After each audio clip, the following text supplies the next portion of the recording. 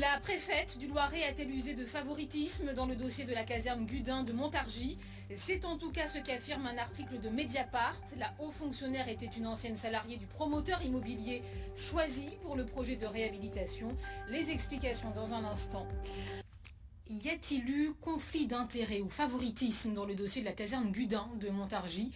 Cette ancienne école de gendarmerie qui doit devenir une maison de retraite, eh bien nos confrères de Mediapart affirment que la préfète du Loiret est intervenue dans l'affaire. Elle est pourtant une ancienne salariée du promoteur immobilier qui a racheté une partie des bâtiments. Qu'en est-il précisément? Quelles sont les réactions sur place? Lauriane Virassamy, Alain Eudes. La place d'Armes et le bâtiment de l'horloge de la caserne Gudin sont au cœur d'une bataille administrative et judiciaire. Next City prévoit de les détruire pour y construire sa résidence pour seniors. Un projet directement défendu par Régine Engström auprès du ministère de la Culture. C'est ce qu'affirme l'article de Mediapart en date du 31 janvier. Chez nos confrères, la préfecture du Loiret se défend. Expliquer un contexte local est une obligation et ne peut être assimilé à une prise de position. Le seul point de vue relayé dans le message évoqué d'octobre 2021 est celui des élus locaux.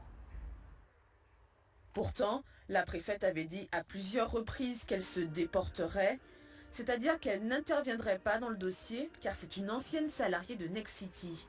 Les révélations de Mediapart font du bruit dans le Montargois et choquent les défenseurs de la caserne. Il y a un vrai souci concernant la légalité, c'est-à-dire que la préfète doit être garante de la légalité, du fonctionnement républicain des institutions et doit laisser les instances qui doivent décider, effectivement, le faire.